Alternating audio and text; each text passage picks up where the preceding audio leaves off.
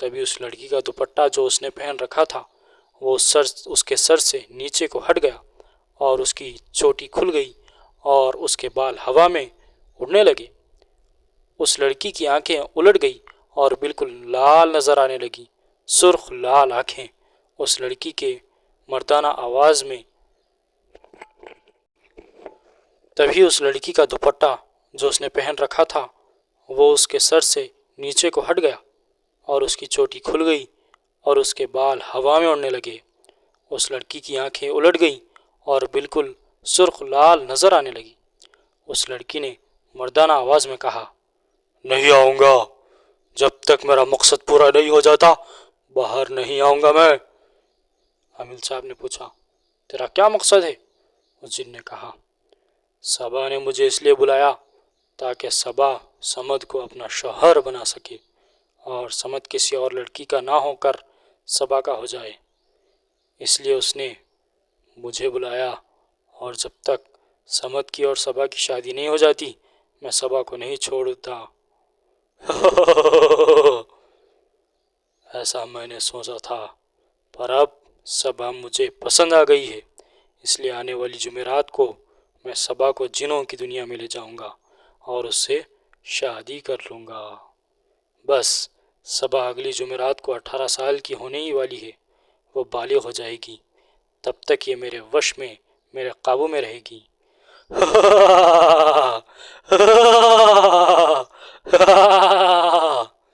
کہتے ہوئے صبا زور زور سے بڑی آواز سے ہنسنے لگی۔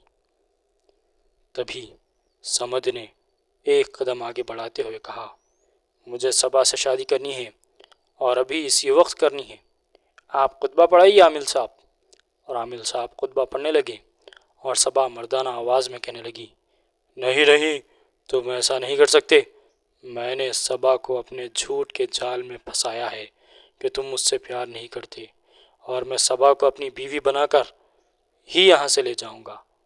کہہ کر صبا نے عامل صاحب کے منہ کی طرف اشارہ کیا، جس سے ان کی آواز نکلنا بند ہو گئی، اور یہ دیکھ کر سمد پریشان ہو گیا۔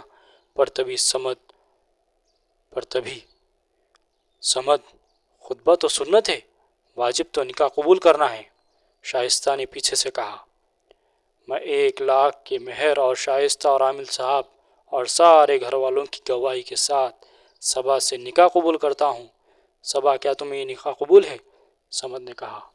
تبھی لڑکی کی آواز میں صبا نے کہا، مجھے قبول ہے، مجھے نکاح قبول ہے۔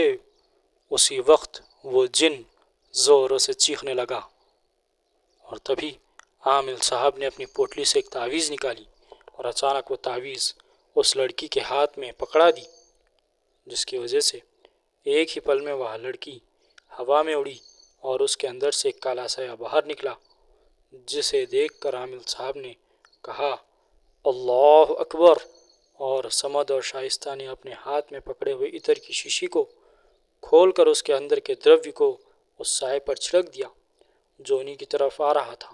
اور تبھی عامل صاحب نے اپنے دوسرے ہاتھ میں ایک بوتل پکڑی ہوئی تھی جس میں زمزم کا پاک پانی تھا، اس پانی کو اس سائے پر پھینکا، جس سے وہ سایہ جیسے ایک ہی جگہ زوروں سے چیخنے لگا، اسے زور کے بجلی کے جھٹکے لگنے لگے اور ایک سر اور 2 ہاتھوں کا آکار لیتا ہوا نظر آیا، جس کے نیچے سے دھواں نکل رہا تھا، اور وہاں کوئی اور نہیں، ایک جن تھا جس کو عامل صاحب نے ایک بوتل کھول کر اس میں قید کرنا چاہا، اور سورہ جن کی کچھ آیتیں پڑھتے ہوئے اس جن پر زمزم کا پانی ڈالتے رہے جب تک کہ وہ جن پوری طرح کمزور ہو کر اس بوتل میں قید نہ ہو گیا۔ پورا کمرہ چیخ و پکار سے گونج رہا تھا اور اچانک سے خاموشی چھا گئی۔ سمد دوڑ کر صبا کے پاس پہنچا جو بیڈ پر گری ہوئی تھی، اس کے بالوں نے اس کا چہرہ ڈھک رکھا تھا۔ سمد نے جیسے ہی صبا کو پلٹایا، اس نے دیکھا کہ صبا کی پیشانی بیڈ کے کونے پر لگنے کی وجہ سے زخمی ہو گئی تھی، جس سے خون لبالب بہہ جا رہا تھا۔ اس نے شائستہ سے کہا، دیدی فرسٹ ایڈ لے کر آئیے، اور شائستہ دوڑتی ہوئی گئی، کمرے کا دروازہ کھولا اور باہر سب کھڑے ہوئے تھے، ان کے بیچ سے نکل گئی، سب اندر آ گئے۔ صبا کی ماں رونے لگی۔ کچھ دیر بعد صبا کو ہوش آ گیا تھا۔ اس کے پیشانی پر ایک پٹی بندھی ہوئی تھی۔ شائستہ نے پوچھا، اب کیسی ہے طبیعت؟ صبا نے کہا، اب ٹھیک ہوں دی، اور سمد کو دیکھ کر مسکرانے لگی۔ سمد دروازے پر کھڑا تھا جو اسے دیکھ رہا تھا۔ باقی گھر والے صبا کے آس پاس بیٹھے ہوئے تھے۔ جو ان کے ساتھ گزرا دیکھنے سے تو وہ کوئی رومانس سے بھرا انوبھو لگ رہا تھا، لیکن جب انہوں نے یہ سب دیکھا تو ان لوگوں کے ہوش ہکے بکے رہ گئے۔ سمد نے کہا، تو نکاح کا خطبہ ادھورا ہے، کیا سنت کو پورا کر لیں؟